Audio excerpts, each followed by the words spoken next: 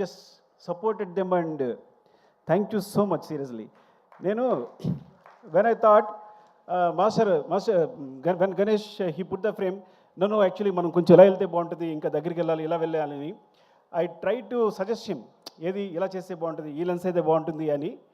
So suggest చేస్తే వెంటనే brother నా ఫేస్ చూసి నచ్చలేదా నీకు, అగైన్ హీ గోస్ అని వెంటనే ఫ్రేమ్ మార్చి ఇలా చేస్తే బాగుందా అని నాకు ఇమ్మీడియట్గా తను ఏదైనా మనకు నచ్చలేదు అంటే ఇమ్మీడియట్గా ఫ్రేమ్ చేంజ్ చేసేంత నాలెడ్జ్, ఆ ఎక్స్పీరియన్స్ వెళ్ళింది.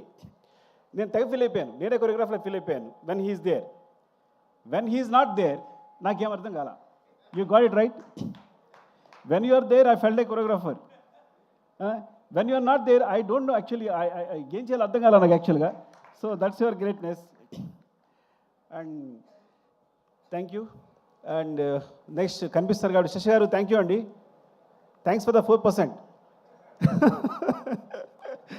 శశి గారు ఎప్పుడు చెప్తూ ఉంటారు ఏంటి, పుష్ప ఆయన మామూలుగా వర్క్ చేసేవారంట, పుష్పలో పుష్ప క్యారెక్టర్ 4% అడుగుతుంది కదా, సో అందుకని ఐడియా వచ్చి నవీన్ గారు వాళ్ళని 4% అడిగారట.